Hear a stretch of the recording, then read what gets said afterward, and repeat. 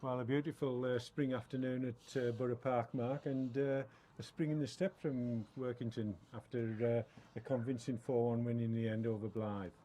We created a lot of opportunities, created a lot of, we were a real threat in front of goal, I thought. I mean, even at 2-0, Riggy, the save the goalkeeper makes off Riggy's header at the front post is unbelievable. Riggy then it's the underside of the bar with an overhead kick from distance. Kai Nugent goes through 1v1. We have a free header at the back post that we don't convert, and that's all at 2-0. And actually, I went in at half time really frustrated that we'd just given them glimpses of opportunities through silly play or overplaying in certain areas. I mean, we gave them we asked the lads not to take short corners after the first one because it's bobbly, it's March, we've got churned up pitches that have now got some temperature in them and they're lively. So, and yet we take another short corner, they counter on us 3v3 and all of a sudden Connor has to deal with it and it gives a free kick away just outside the box. I'm thinking, why have we put ourselves in those positions? So just decision making frustrated me and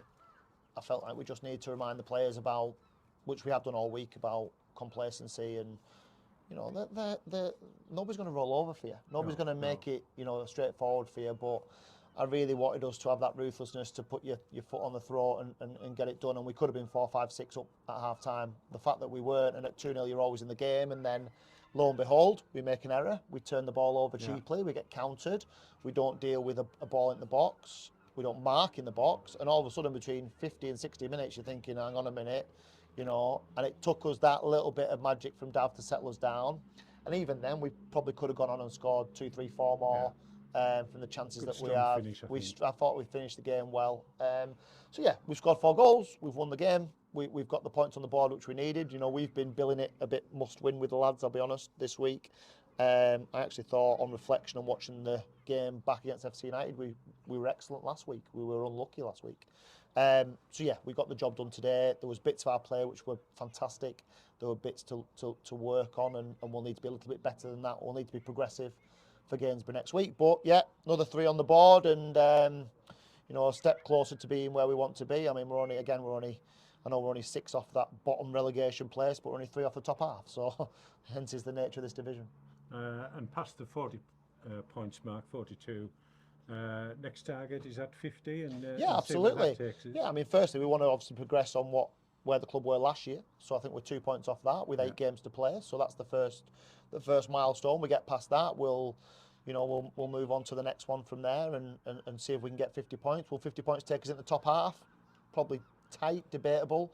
But I think if we could finish in the top half of this division, it would be a real season of progress for us. We've had some rocky times. It's been a bit of a roller coaster, and I'm not saying that the job's done, because it isn't, and we'll need to be a little bit better next week. But it gave us enough today to know that when we are at our best, we know we're a match for anyone. A new face in the lineup this afternoon, Blyth Spartans. Thought he'd done well when he came on. What's the story behind that one? Just one that came out of the blue, really. He'd been he's obviously Scotland based. He's been over at Finn Harps in the Irish League. He'd been at Ayr and Rangers as a kid, asked to come in and train. He actually came to us from a contact that I have at Fleetwood Town. He'd been in training with them, and they couldn't sign him because it was outside the window and international clearance and that sort of thing. So we managed to get him in, get him cleared. And he's trained with us for maybe 2 or 3 weeks. Look good, he's got real good tools. I mean, he hits a diagonal ball into Dav late in the game, which is a real piece of quality. And involved in an incident, stood up for himself. Scottish, isn't he? So there's going to be a bit of that, but that's all right. I mean, he's 18 years old. I was just saying to Radio Cumbria, the other thing to consider with this team is obviously you take your Effies and your Davs and your Riggies and your Cass, even though Cass isn't the oldest. Such a young team. He's another 18-year-old. Today, Jake Allen, Connor Panny, Charlie Barnes, Aaron Fitzpatrick, Kai Nugent, Ruben Gruel. They're all 7 of the team are under 20 today. So they will get better, they will improve, they will, even the lads that came off the bench, young Alfie. And they've all contributed. Every player's contributed today. So, we're a young side with that little sprinkling of experience in, and that'll need to be how you know, how we balance that off a little bit. But you know, it's Tom Stevenson to come back into the team as an exciting young player. So we're trying to build the platform of a team that's going to be progressive. And yeah, we'll obviously that's something that we'll want to continue to do, especially if we can get up around 50 points. We can then start to maybe give a little bit more exposure to a couple of lads who we feel that could really benefit. I mean, they were well supported today. Credit to them. And to be fair, I think their lads, you know, gave them everything that they had. I spoke to the manager at length before the game. It's a tough situation, a tough scenario. Nobody wants to see a club, you know, in the position that they're in, and you know, the unrest, if you like. Again, they were clapped off by their supporters, and I suppose there's always going to be football's a game that divides people, and it divides people's opinions. It can bring people together as well, but certainly when it's not going for you, it divides opinions. You know, listen, there was a few shouts about decisions that we were making at 2-1. Of course there was, yeah. But people see different things from the game.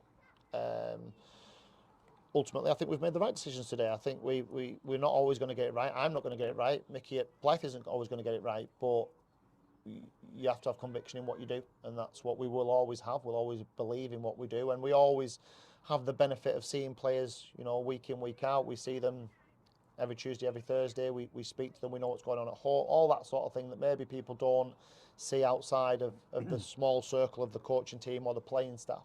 But yeah, I mean, I feel for them. I mean, I think they've accepted that they're going to be playing in the league, in the step below next year, and that will hopefully give them a chance to regroup and come back. Because, you know, big old football club, been in the National League. They will bounce back. Of course they will. I'm sure they will. So, you know, and there's no given right for any of these big clubs. I include that in ourselves in that. There's no given right to be in this division or the Conference North or anyone else. You know, you consider what's in this league. You know, a couple of full-time clubs, or at least one full-time, a few hybrid, and all the rest of it. People spending £2 million a year on wages. That, you know, the non-league has become, I've said it before, as close to professional football as you can get now. So, you know, we're holding our own. We're getting better. We're progressing.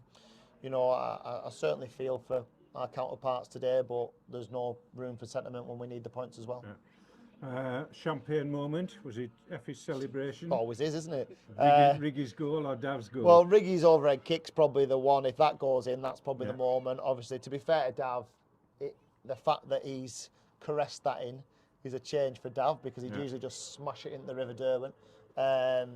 So yeah, it's there was loads of good stuff. I mean, the football to Kai Nugent's chance where he burst through for the 1v1 first half is wonderful. One touch stuff comes from Jake Allen through Ruben, through Riggy, back to Ruben, into Kai and behind. Wonderful stuff. So we've played some nice stuff, but our biggest threat was when we got in behind them. Our biggest threat was when and I always think when you're playing a team that aren't full of confidence, the more you can ask questions of them, the more you can put them under pressure, the more opportunities you're going to get. So yeah, loads of good stuff. I'll be seeing Effie Ambrose's backflip on every social media channel for the next week. Of course. Well, I don't know. Yeah, I mean, a couple have said he's not offside. Riggy's fuming because it'd already gone in.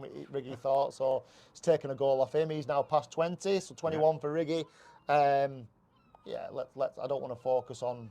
I focused a lot on the things we didn't do well last week against FC, and having watched the game back, we were probably harsh with the lads because they played well. We had 14, 15 shots on goal last week, 27 final third entries. So, in these bizarre metrics that the world of football uses nowadays, XG and all that, we were, you know, we that had us winning 3 or 4-1. Now football don't work like that.